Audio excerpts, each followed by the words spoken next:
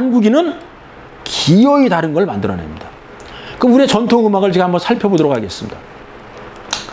저는 세계적으로 이렇게 음악을 이렇게 조사를 하면서 느꼈던 거가 길게 부르는 노래들이 있습니다. 그 길게 부르는 노래는 공통적으로 다 똑같이 노동요입니다. 노동요는 뭐죠? 우리가 일을 할 때 일이 힘드니까 그것을 일이 힘들지 않도록 노래를 부르면서 하면 흥이 날 수 있도록 주위에서 같이 불러주거나 아니면 직접 노동을 하는 사람이 불러서 끝없이 반복하는 겁니다. 그러니까 일이 시작해서 끝날 때까지 쭉 이어져서 노래를 끝없이 부르는 노래를 부르는 것이 노동요입니다. 그러니까 이 노동요는 뭐냐면 노동의 필요를 없애기 위해서 하는 건데 진짜 세계에서 노동요들은 대부분이 깁니다. 짧은 노래를 다른 노래를 부를 수도 있지만 하나의 노래를 끝없이 이어가면서 하는 것들이 우리나라뿐이 아니라 다른 나라에도 여럿이 있습니다. 근데 한국의 노래는 노동요가 아닌데도 끝없이 부르는 노래들이 있습니다. 진짜 끝없이 부르는 노래들이 있습니다. 이것이 전 특별한 점이라고 봅니다. 끝없는 노래를 개발한다. 노래와 음악과 춤을 기계 막히게 좋아하는 사람들이니까 결국은 개발해낼 수밖에 없는 것이 끝없는 노래가 아니었는 이런 생각을 합니다. 예를 들면 제가 옹해야, 쾌지나 칭칭나네, 강강술래 같은 것이 바로 그겁니다. 여러분들 한번 생각해 보시면 저는 군대에 있을 때 제가 옛날에 5.16 광장이라 그랬는데 여의도 광장이죠. 지금은 여의도 숲이 됐습니다. 그때 이제 국군의 날 행사를 위해서 거기서 훈련을 하고 그럴 때인데 지금도 기억이 납니다. 쾌지나 칭칭이라는 노래가 이렇게 좋은 노래인지는 그때 알게 됐습니다. 젊은 날이죠. 20대 초반이었으니까 군 생활할 때입니다.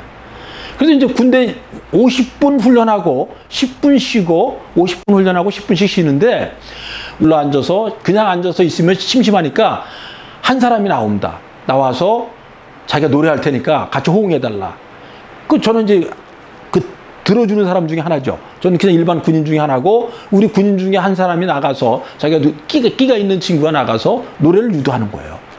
자기가 쾌지나 칭칭만 해주면 끝없이 노래를 불러보겠다. 근데 쾌지나 칭칭 할 테니까 여러분들 호응하세요. 그래가지고 그걸 다 같이 즐겁게 노래 부르면서 하는데 지금도 기억이 나요. 예. 여러분들 이 얘기가 여기서 나가면 조금 방송이 안 좋을 수도 있을지 모르지만 뭐 그 정도까지 문제가 될 건 아니라고 생각을 합니다. 이 친구가 지금 한 두 소절만 기억이 나요. 다른 건 다 기억이 안 나요. 저한테 아주 강력했던 두 소절이었기 때문에 그런 것 같아요. 공부 못하고 죽은 놈 서울대 앞에다 묻어줘. 그럼 우리는 쾌지나 칭칭나네, 쾌지나 칭칭나네 이렇게 노래 부르죠. 그 다음에 연애 못하고 죽은 놈 이대 앞에다 묻어줘. 쾌지나 칭칭나네, 쾌지나 칭칭나네 하는데 야 이거를 있잖아요. 우리 10분 쉬는 시간인데 무려 30분 동안 했어요. 교관이 우리 이거 같이 훈련하는 교관이 지도 빠져가지고 중대장도 빠져가지고 그거 구경하고 있는 거야. 이 노는 김에 그냥 논다고. 그래서 한 30분 이상을 우리가 놀았다니까. 야 노니까 즐겁고 훈련이 그 다음에 할 때는 기분도 좋고. 야 쾌지나 칭칭을 석 달료를 불러도 되는 거야. 우리는 쾌지나 칭칭만 해주면 그 친구가 공부 못하고 죽은 놈 서울대 앞에다 묻어줘. 우리는 쾌지나 칭칭나네, 쾌지나 칭칭나. 연애 못하고 죽은 놈 이대 앞에다 묻어줘. 쾌지나 칭칭나네, 쾌지나. 야, 그게 끝없이 이어가는데 이 친구는 얼마나 입담이 좋은지 끝없이 부르는 거야. 30분 동안 혼자서. 야, 그 말을 만들어내가면서 너도 좋고 나도 좋고 쾌지나 칭칭나네, 쾌지나. 야, 이게 바로 한국인의 정서인 거예요. 끝없는 노래를 만들어내는 거예요. 옹해야 아시죠? 옛날에 김상국 씨가 이 옹해야 한번 부르면 1시간도 부르잖아요. 그리고 옹해야만 따라주면 옹해야 어쩔 쉬고 옹해야 하면 그 앞에가 이 세상이 너무 좋다. 옹해야 어쩔 쉬고 그럼 그것만 끝없이 가는 거예요. 강강술래도 똑같습니다. 춤추고 노래하고 어깨로 돌면서 달 밝은 밤에 돌면서 춤추고 노래하면 똑같은 선창자가 노래하고 강강술래만 하면서 돌면 한 달 내내 노래 불러도 상관이 없는 겁니다. 이것이 바로 한국의 음악입니다. 끝없는 노래를 만들어낸 세계적으로 드문 나라라고 볼 수 있습니다. 그 다음에 저는 이런 거를 기억합니다. 세계적인 음악이 암만 많이 있어도 이건 진짜 독특한 현상 중에 하나라고 저는 봅니다. 저는 아리랑이 그렇다고 보는 겁니다. 아리랑이 어떤 면이 독특한 면이냐. 다른 나라의 음악은 예를 들어서 로렐라이 언더 이라는 노래가 있다고 그러고 산타루치아가 있으면 산타루치아에 대한 편곡이 몇 곡이 나오는 거가 전부예요. 많아봐야 뭐 10곡, 한 20곡 정도 이상 될 수도 있겠죠. 하나의 노래를 편곡해서 그 큰 음에서 변화가 없이 그걸 만들어 그 노래를 조금씩 변화를 주는 것이 편곡 기법이고, 그것이 이제 서양 음악의 이제 기본적인 흐름이죠. 우리나라 음악도 대중음악들이 다 대부분 이렇게 돼 있는 건데, 아리랑은 진짜 특별합니다.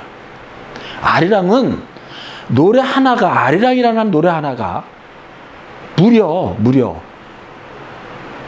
종류만 학자마다 너무 달라서, 조사한 것들이 제가 조사를 해보니까 학자마다 많은 차이가 있었습니다.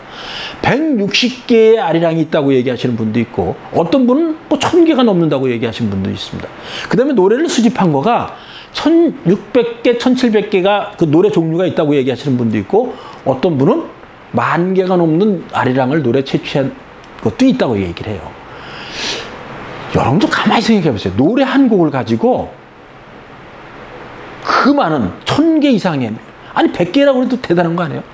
160개의 아리랑이 있다고 한번 생각을 해보시고, 그것을 많이 잡으면 1000개까지 잡을 수 있는데 1000개 이상의 아리랑이 있다고 생각하는 거, 참 특별한 노래입니다. 노래 하나가 이렇게 분화되고 다양하고, 그 다음에 모든 계층에서 다 같이 할 수 있는 나라는 세계적으로 유례가 없다고 저는 감히 말씀을 드립니다. 이제 생각을 해보세요. 아리랑이는 노래 하나가 계층마다 노래가 있습니다. 계층마다, 지역마다 있습니다. 그 다음에 집단마다 다른 노래가 있습니다. 무수히 많은 노래가 있고, 지역마다 강원도 아리랑, 뭐 경기도 아리랑, 남도 아리랑 다 있고, 그 다음에 계층마다 뭐 독립군 아리랑도 있고, 그 다음에 농부들이 부르는 농부 아리랑도 있고, 우리가 저기 이 실 같은 거 만들 때 그 음악을 하면서 부르는 아리랑도 있고, 한도 끝도 없어요. 우리나라의 대표적인 음악은 아리랑 중에 대표적인 것은 밀양 아리랑, 정선 아리랑, 진도 아리랑이라고 이렇게 말씀을 드릴 수 있습니다. 근데 우리나라의 아리랑에 대한 기원 많은 얘기가 있지만, 일반적으로 지금 알려진 거는 정선 아리랑에서부터 출발을 했다는 얘기가 일반적으로 설득력을 가지고 있습니다. 그럼 정선 아리랑은 진짜 느리죠. 느리고 유장하면서 슬픕니다. 제가 노래를 전혀 음악성이 없어서 잘 못 부르는데, 진짜 정선 아리랑 같은 것은 이제 이렇게 끝이 자꾸 쳐집니다. 아리랑, 아리랑, 아라리요. 이렇게 끝이 쳐져요. 슬프니까. 님이 떠나고 나서 돌아오지 않을 가능성이 너무 많고, 그런 님과 이별하는 것이 힘드니까 노래가 슬퍼지고 길어지고 그렇습니다.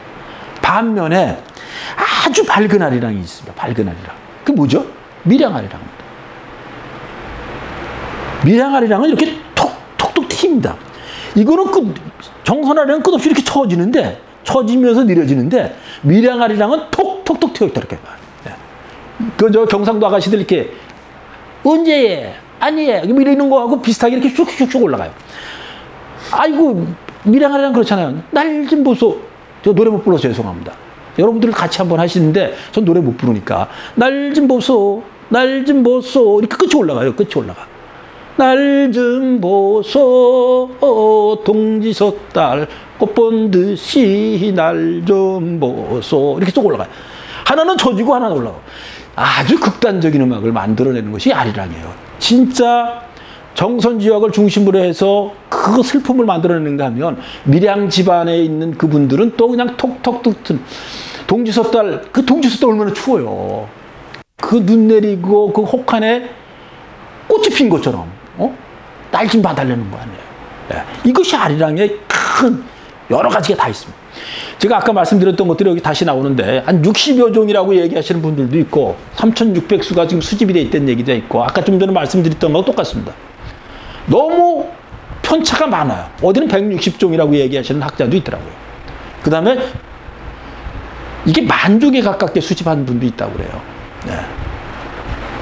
진짜 우리는 변화의 노래를 만들어내고 있습니다. 너무 달라요.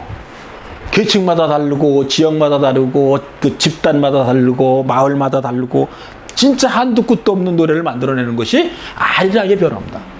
진짜 아리랑은 대표 민요입니다. 여러분들, 아리랑은 어떻게 보면 애국가라고 말씀드릴 수 있어요. 저는 그렇게 말씀드립니다. 한국의 제2의 애국가는 아리랑이다. 대한민국의 대표입니다. 우리가 여러분들 외국 가서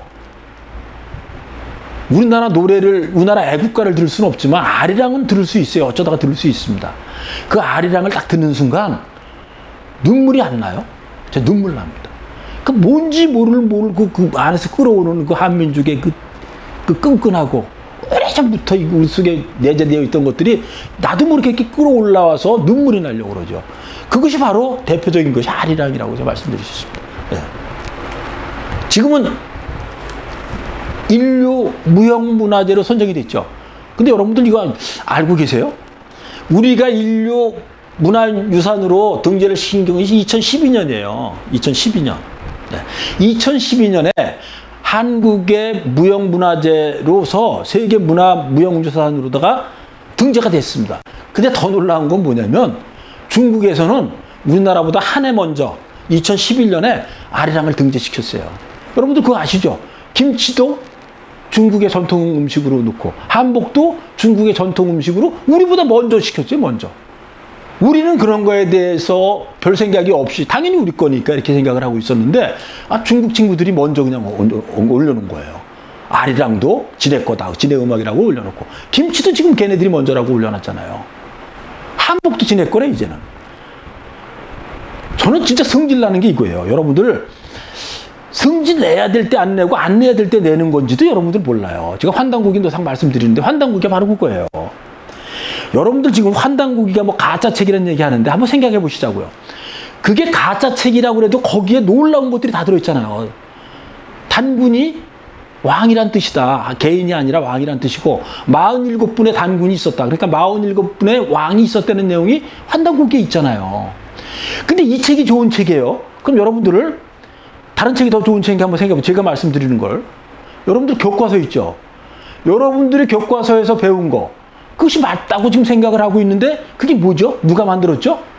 식민지 사관을 가지고 있는 사람들이, 아니 정확하게 얘기하면 일본인들의 주관에 의해서 한국인들의 일부 식민지 사관을 가진 사람들이 동참을 해서 만든 것이 교과서잖아요. 그럼 그 교과서가 지금 바뀌었어요? 거의 안 바뀌었습니다. 일제시대 때 일본 사람들이 한국을 깔아뭉개고 역사를 없애버리기 위해서 만들었던 그 교과서가 지금도 그대로예요. 거의 안 변했어요. 당군은 아직도 신하라고 얘기를 하고 있고. 그럼 이 책이 좋은 책, 이게 가짜 책이 이서예요? 아니면 환단고기의 이서예요? 교과서가 이서죠. 교과서를 못 바꾸는 이유는 식민지 사관에 젖어 있는 분들이 아직도 그 교과서를 만드는 주 세력이라고 있기 때문인 겁니다. 어떤 게 가짜책이에요? 교과서가 가짜책이에요. 제가 감히 이런 말씀 드립니다. 저 욕해도 할 수 없어요. 욕먹는 재미로 한번 살아보죠. 왜냐? 내가 정당한 거 얘기하니까.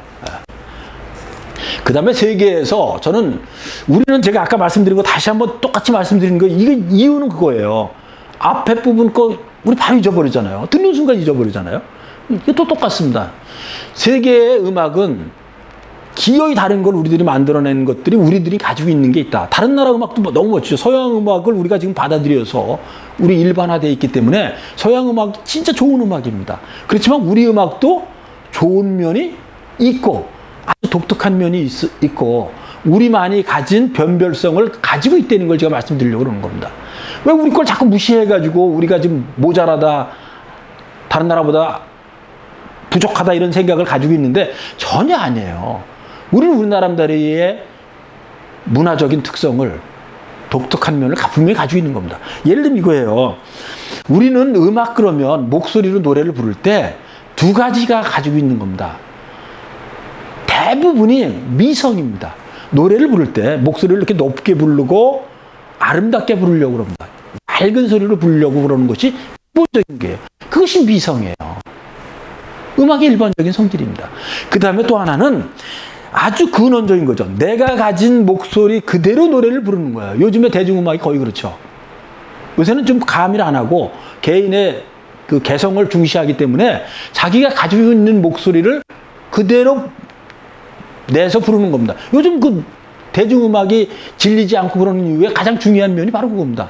자기가 가진 독특한 그 목소리 만나의 색깔들이 가지고 있거든요. 그 가지고 있는 것들을 그대로 표현해 주는 거가 원음입니다. 그러니까 원음을 가지고 노래를 부르는 거하고 또 하나는 미성을 만들어내는 거예요. 예를 들면 조영남 씨가 부르는 노래하고 이미자 선생이 부르는 노래가 전혀 목소리가 달라요. 지금 BTX가 부르는 노래가 또 전혀 목소리가 달라요. 이것이 그 개성을 인정해 주는 것이 중요하긴 하죠. 그래서 우리는 원음과 미성으로 다 세 개의 음악은 지금 두 개로 나눠져 있다고 보시면 됩니다. 근데 한국인은 기어이 다른 걸 만들어낸다 그랬죠. 그게 바로 탁성의 계보입니다. 우리는 어떻게 되죠? 판소리 같은 거에서 특히 잘 드러나는데 한국인은 아주 특별하게 탁성을 다른 나라에서는 전혀 만들어내지 않은 탁성을 만들어낸 민족입니다.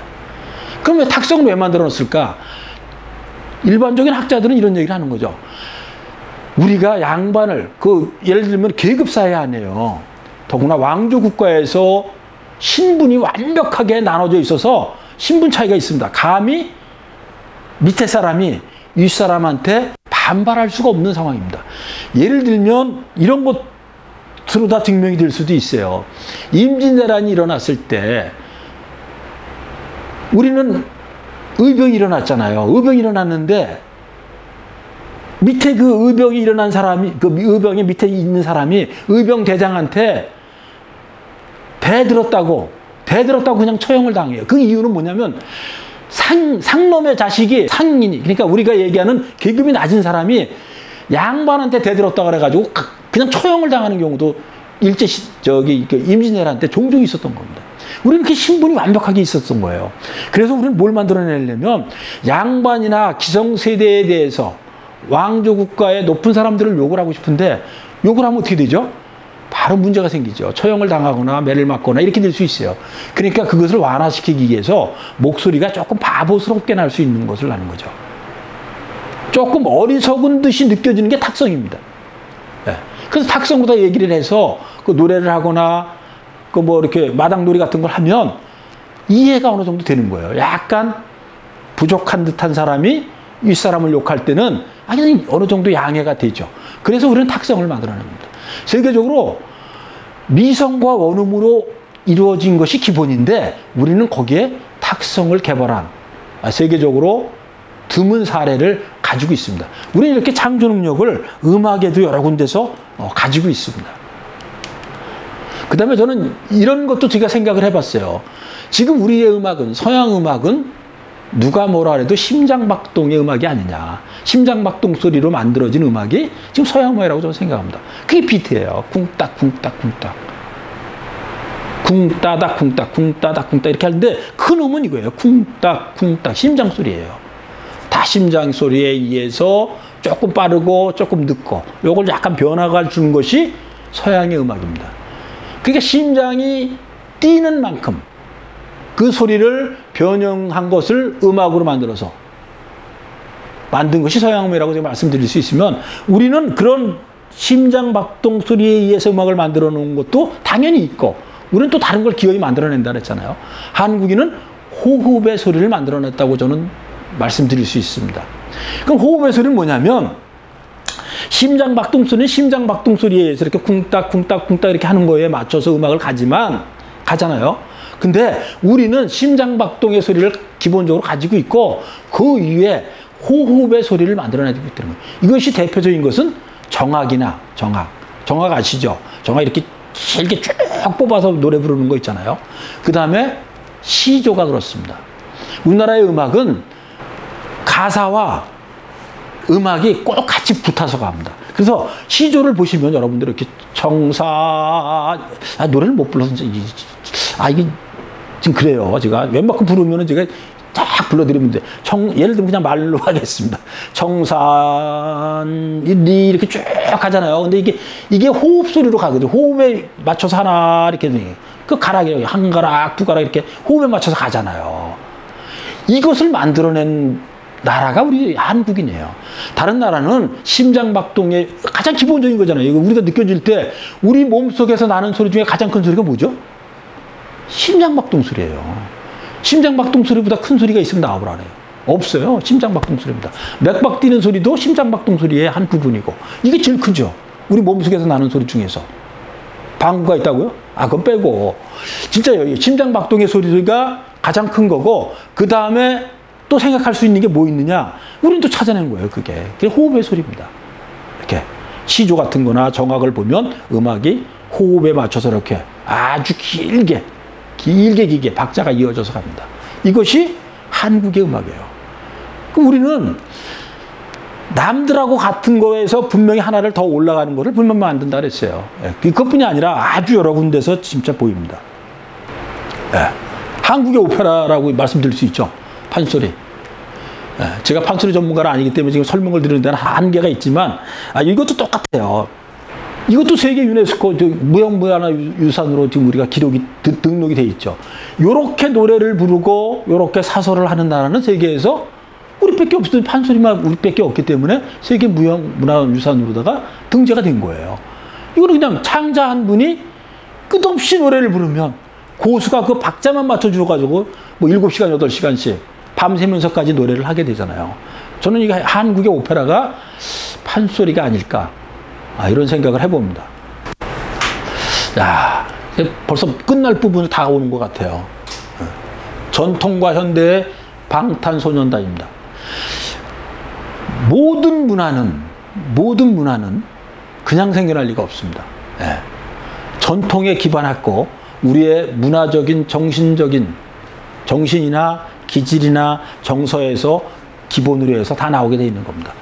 바로 방탄소년단이 지금 우리가 보는 현대화된 전통이고 우리 현대화된 우리의 문화유전자가 그대로 발현 드러나서 지금 방탄소년단이 나온 겁니다. 여러분들이 지금 보고 계신 이 장면도 마찬가지입니다. 이 것들이 다 우리의 내면화되어 있고 내재화되어 있는 겁니다. 우리의 의식 속에 다 알랄이 박혀져 있는 것들이 이겁니다. 이런 춤추고 노래하고 차를 즐기고 이런 것들, 그 다음에 웅원하게 세상을 뛰어놀고 그런 것들이 바로 여기서 나온다고 보는 겁니다. 야, 이렇게 시간이 빨리 갔죠? 제가 조금 빨랐습니다. 그래도 즐겁게 오늘 들어주셔서 감사합니다.